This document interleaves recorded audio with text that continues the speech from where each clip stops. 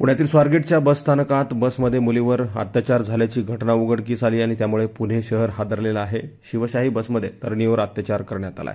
नराधम फरार झालेला आहे। त्याचं नाव दत्तात्रय गाडे असं आहे। गाडे हा सराईत गुन्हेगार आहे। त्याच्यावर अनेक गंभीर गुन्ह्याची नोंद आहे।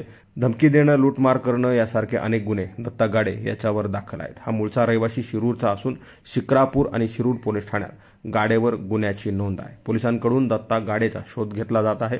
तरुणीवर शिवशाही बसमध्ये बलात्कार केल्यानंतर दत्ता गाडे हा फरार झालेला आहे।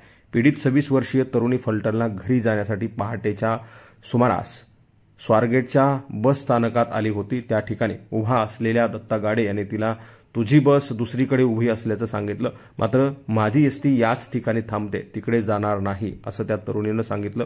एकट्या मुलीचा फायदा घेत गाडे यानं त्या तरुणीला खडसावले आणि अंधारात बस स्थानकात उभ्या असणाऱ्या शिवशाही बसमध्ये तिला जायला सांगितलं। ही बस फलटणला जाणार असल्याचं सांगितलं। तू टॉर्च लावून आतमध्ये जा, हीच एसटी फलटणला जाणार असेल असं त्यांनी सांगितलं। आणि त्यानंतर नराधम सुद्धा तिच्या पाठीमागे बसमध्ये गेला, तिच्यावर जबरदस्ती केली आणि तिथून तो पसार झालाय।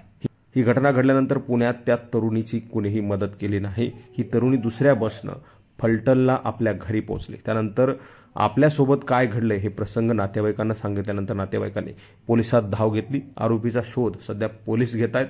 आरोपीवर गुन्हा दाखल करण्याची प्रक्रिया सुरू होती। अद्यापर्यंत गुन्हा दाखल झालेला असेल।